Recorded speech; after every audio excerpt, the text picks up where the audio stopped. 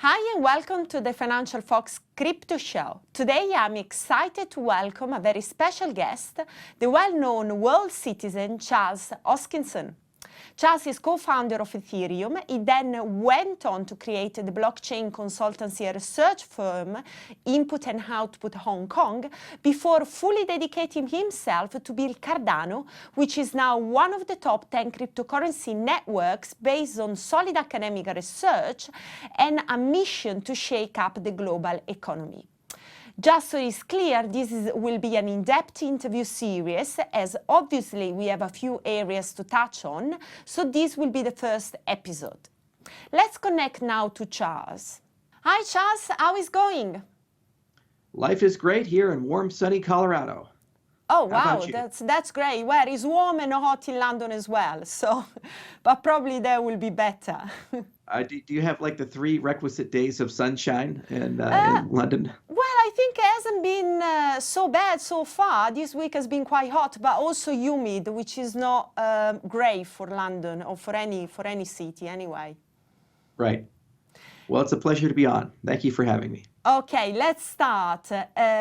So you are a major figure in the crypto sphere. I mean, a cryptocurrency prophet, as it were, and really committed to the big mission to change the world economy by bringing cryptocurrency to developing nations where it is needed the most. Maybe do you want to explain to us how did it all started? So maybe your journey from the early days working with Ethereum, then your choice to start Input and Output Hong Kong, and then Cardano.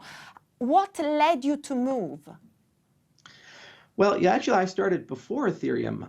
My very first venture was something called the Bitcoin Education Project. You see, I come from an academic background, and I don't really have practical job skills. And so what you do when you teach is you just keep doing that, and then you figure out that somehow teaching will be leveraged to allow you to become a proper entrepreneur. So my very first thing I did in this space was create a free course explaining how Bitcoin works and why it's important. And that course got tens of thousands of students, including venture capitalists, people who went on to start their own businesses in the space. And I met all the major figures, Eric Voorhees, Roger Ver, Andreas Antonopoulos, who were basically the leaders of the cryptocurrency space at the time. So I leveraged that to be able to get some startup funding to build a small company in Virginia. And that company was called Invictus Innovations.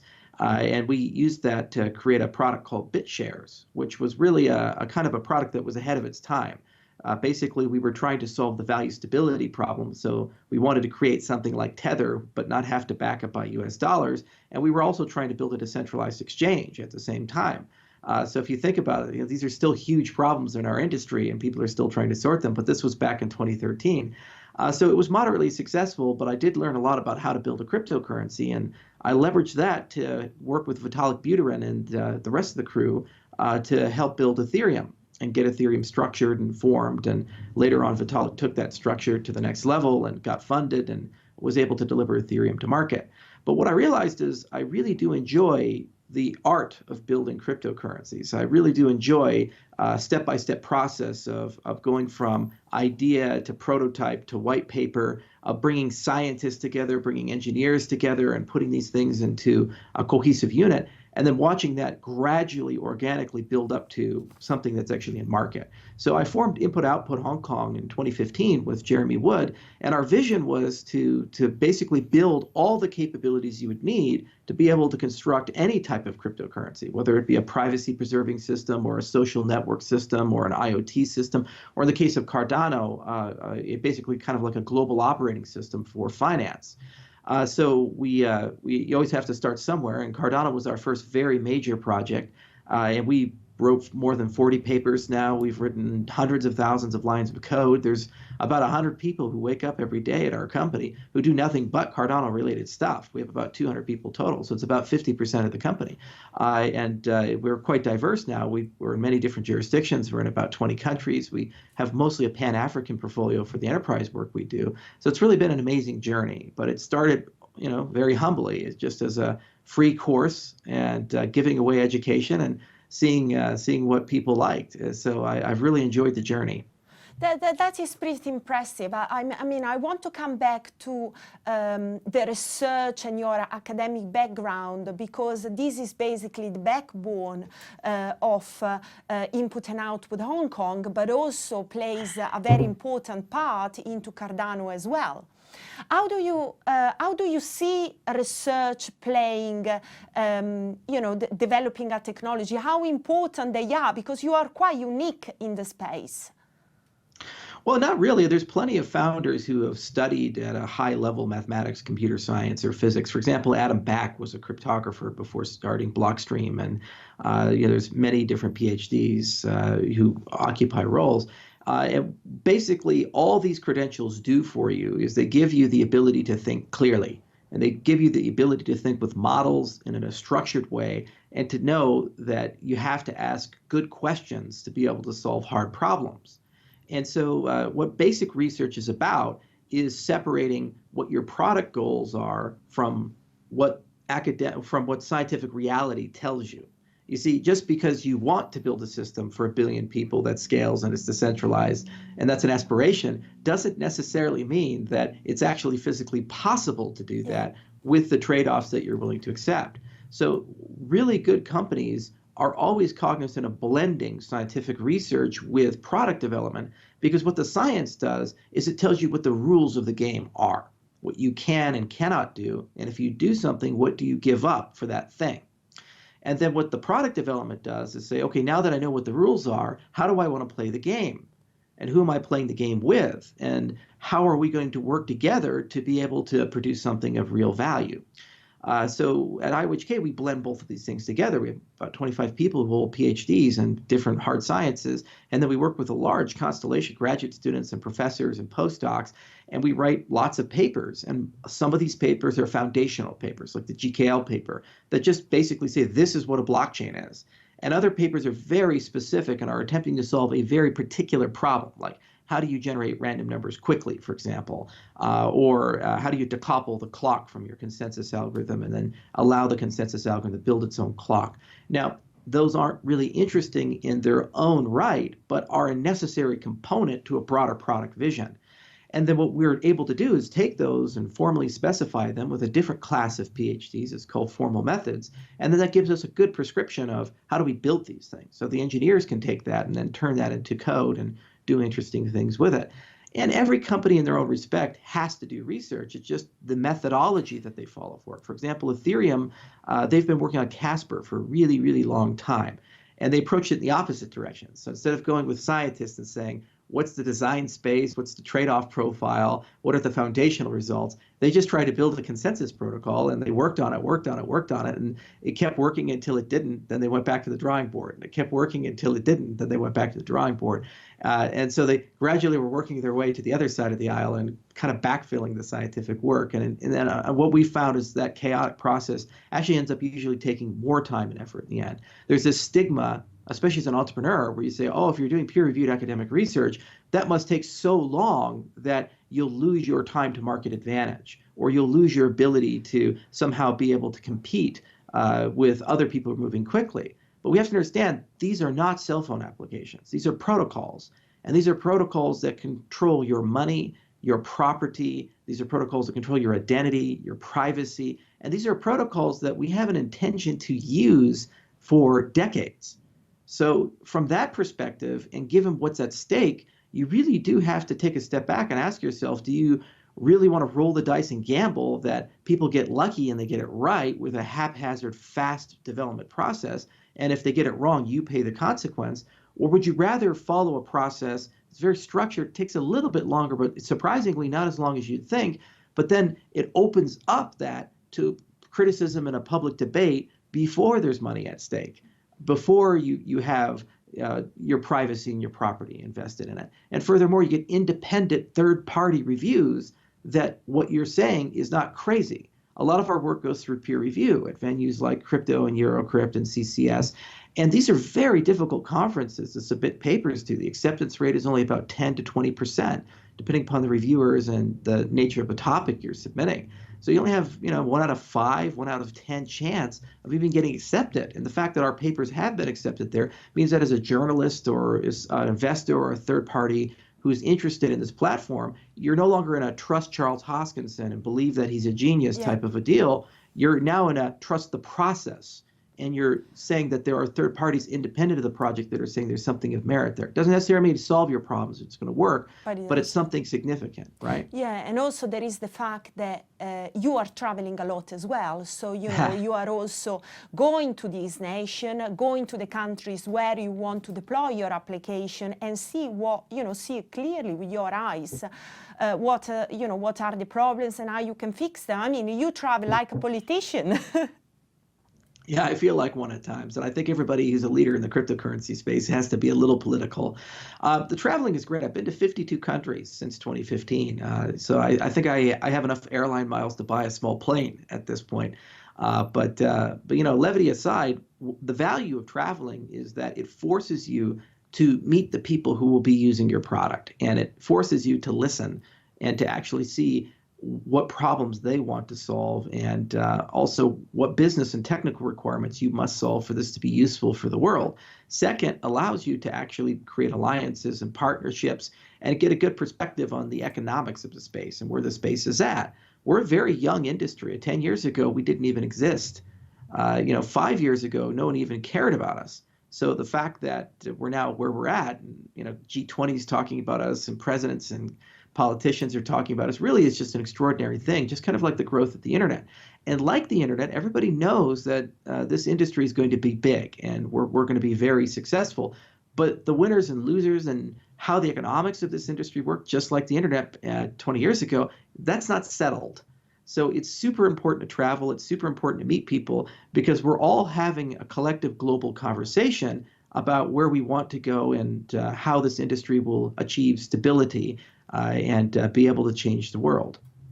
Okay, let's talk a little bit about Cardano Mission, which is the main focus is basically to bring financial services and technological infrastructure to the big population of unbanked people, particularly in developing nations. Do you maybe want to explain how blockchain can help there and how Cardano is doing this? Right. So if you look at the succinct mission of Cardano, it's to create a financial operating system for those who don't have one. So about 4 billion people in the world, they live in a semi-banked or completely banked environment. So when you wake up, you have a place to store your money, you have payment systems, you have access to credit, you have insurance, you have all these financial products. And you have capital markets where if you start a business, you can raise capital for them. So if you want to be an entrepreneur, it's possible. You want to buy a car, it's possible. If you want to protect your property, it's possible. But then when you look at 3 billion people who don't have these stable financial services, these things are very difficult. They're very expensive. They're very case by case. They generally involve middlemen, lots of strong men. And simple things like a loan can end up being 35% interest or 85% interest. Remittances. Let's say you have a daughter, son, and they go abroad and they work and send $100 home every month. $15 could evaporate just moving the money from one place to another, and they get 85. And so it's just sad that the poorest people in the world suffer from bad financial systems. And these things are not uncorrelated. The bad financial systems tend to create poverty. So we have to ask ourselves, why hasn't the legacy incumbent financial system been able to give coverage to the 3 billion people who don't have it? Mainly because the way the system is constructed, there's really not enough value in propagating it to these people. The lifetime value per customer is greater than the cost of deploying the infrastructure. So it's kind of a chicken and egg thing. If the system exists, then people could build wealth and become more valuable, and therefore it's worth being there. But it costs too much for the system to exist, so the steady state is just not to get involved. So the power of cryptocurrencies is it's actually a completely alternative system. If you look at the most fundamental unit of finance, the transaction, there's really 4 components to that. There's the assets that you move. There's the people who are involved with the transaction. There's the metadata, which is the story of why you're doing the transaction. And then there's the regulatory environment upon which the transaction is legitimate or not.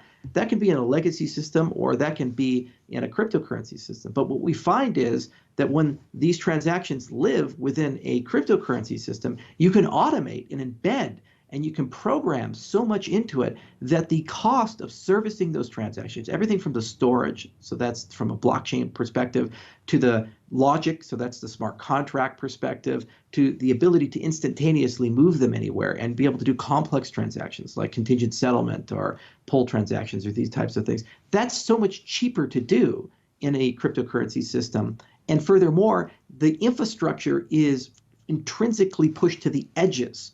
So it lives on cell phones, it lives on computers, things that they already have, and it doesn't require these big monolithic servers. It doesn't require this, big government participation or things like that. And it's also intrinsically globalized. So you can do cross-border settlement. You can automate compliance. You can do all kinds of things you really just can't do in a legacy system. So in addition to saying that the cost is lower, meaning we can get these people into the system, it's also a situation where you just get more features.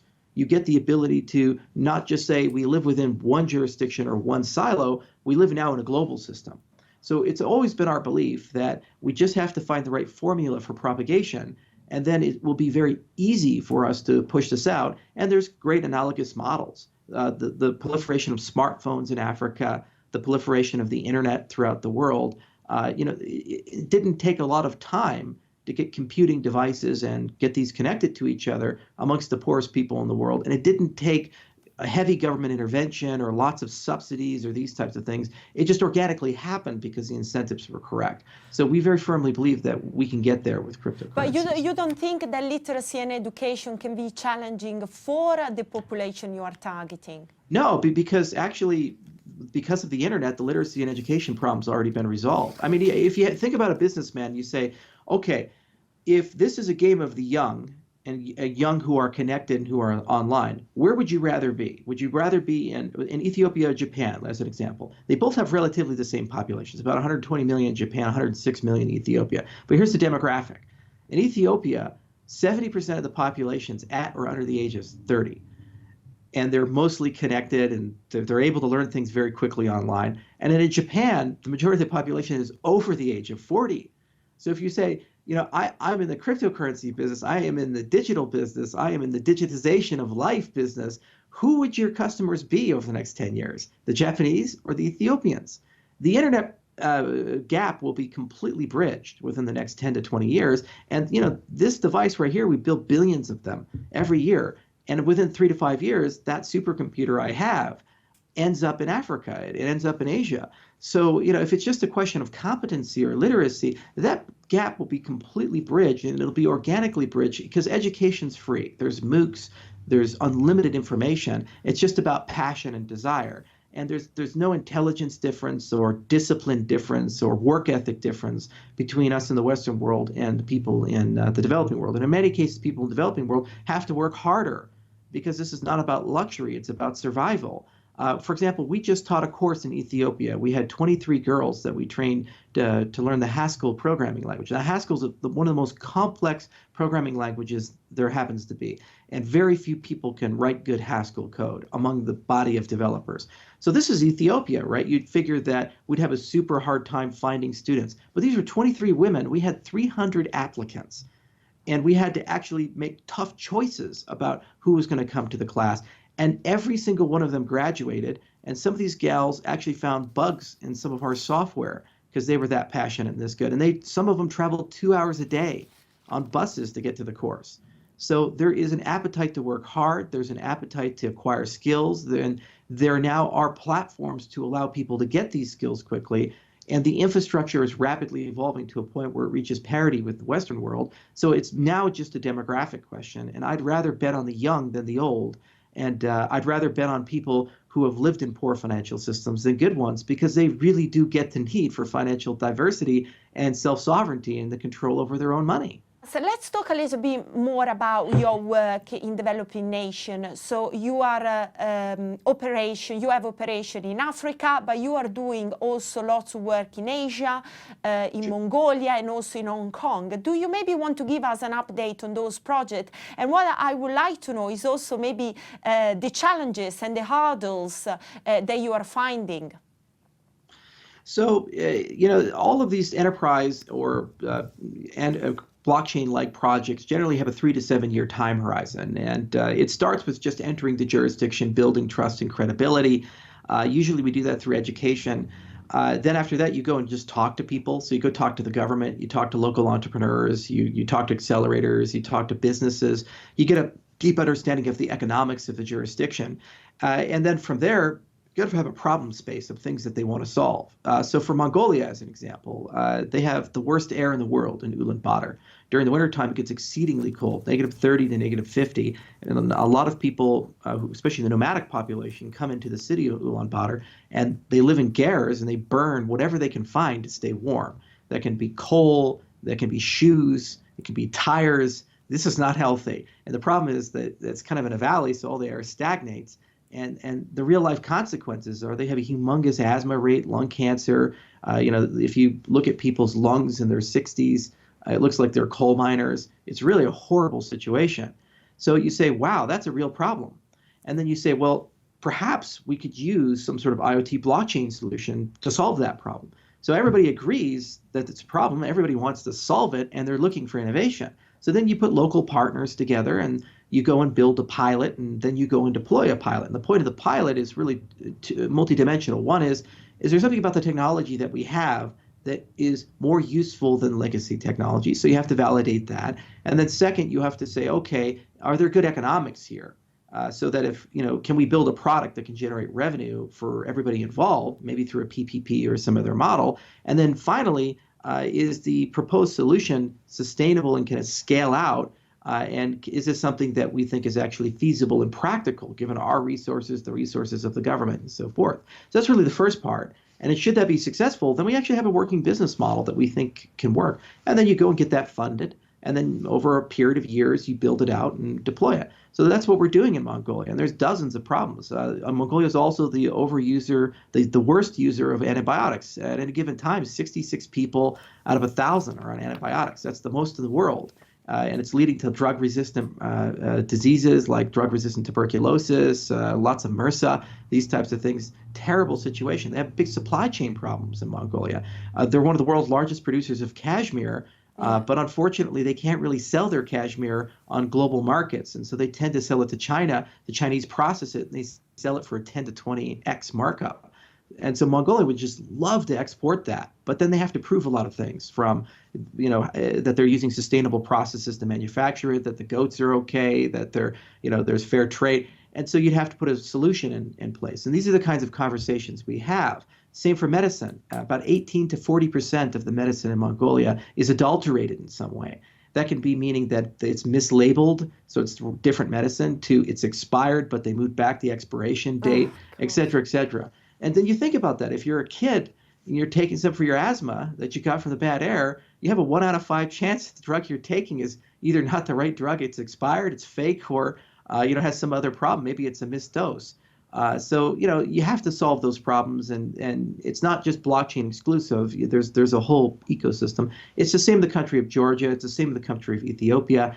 And we tend to look at larger things, like we really do want to solve supply chain problems, payment system problems. We really do want to solve voting system problems. We really think a lot about identity and so forth. But the model's always the same. You enter the jurisdiction, you build credibility, you get a local working force, you find out what the highest priorities are, you look at the low-hanging fruit, you run a feasibility study to design a pilot, you run the pilot tells you a lot, and then you basically have a go, no-go decision. Do you think there's a real economic reality where we can make money, but at the same time make a meaningful solution for this particular problem? By the way, if we can deploy a blockchain solution, what this does is it gives wallets, so payment infrastructure, and identity to all the people who interface with that system. So we haven't just brought them into a particular infrastructure, like a supply chain system or a voting system. We've actually brought them into the broader cryptocurrency space, because for the first time ever, they have economic identity. And they have the ability to transact with people not just in their country, but anywhere in the world. And they have an ability to build reputation and trust and credibility with that economic identity, so they can become a true global citizen. So it's a long time horizon. It takes a lot of patience. It takes a lot of tolerance for failure. And you also have to work within the political realities of the countries that you happen to exist within. Some are great, like Georgia is a wonderful country. The corruption's very low. The government's very easy to work with. And other ones are very challenging, like Ethiopia, where there's tribes of power and each and every one of them kind of fight each other. And sometimes they care more about preserving their own power and their own credibility than care about the welfare of the people that they're supposed to be taking care of. And you have to kind of just navigate all of that and find a way to make it work for everybody. Obviously, government support is very important because, they should embrace the project, they should, risk in a way, and they should be supportive all the way through. So, you might find country, they are supportive, but there are some countries where, they are quite actually hostile to cryptocurrency. For example, India. Yes. India, has got a massive population, has got a huge potential, has got, is the biggest market for WhatsApp, and the government is creating problem and is blocking the implementation of any kind of cryptocurrency and blockchain. What's your views on India? Well, India is just like any other nation that has this dual reality where they have great people but a bad government. There's plenty of places in the world where suffer from that. For whatever reason, the Indian people have constructed a government that is regressive. It's not forward-thinking. It has a lot of corruption, and there's systemic problems with it. And there's been many attempts to try to modernize and change things. The U.S. government has its own problems, but the people themselves, they don't and won't ask for permission to do what's necessary to survive and thrive. So it really actually doesn't matter what legislation is passed or what the Indian government does. It's like a Bob Dylan song, the times they are changing. The Indian people themselves have a great reminder. They were once ruled by the British Empire, and then a guy named Gandhi came by and said, well, we're not going to do that anymore. And so similarly, the people themselves will make the decision of whether crypto is useful for them, and they'll embrace it with or without the support of the government. And the government, all it can do is just lose legitimacy and the moral mandate to lead by opposing them. So that's the power of this technology, is it truly is permissionless, not in just the way that the ledgers work, but also in the fact that people are now allowed to make, independent of the legal infrastructure they live in or the governments they live in, decisions about their financial autonomy and future. And I'm sorry, you cannot tell somebody who lives on $4 or $5 a day that they're not allowed to use a technology that can allow them to have a bit more financial stability and perhaps double or triple that income and be able to finally afford medicine for their children or take care of the people that they care about. They're just going to do it. And if you go in and imprison them or punish them for it, first, it's like finding a needle in a haystack. And yes, you can find some examples, but it's a Pyrrhic victory. It's like when the RIAA started suing 12-year-olds for stealing music with BitTorrent. At some point, they realized, what the hell are we doing? And they threw in the towel. And the government of India will be just the same. And the more they crack down, the more resentment, ill will, and the loss of political power they're going to have with their own people. Remember that they're led by fearful bureaucrats who are older, who don't understand how technology works, and they don't understand how globalization works, not even cryptocurrencies.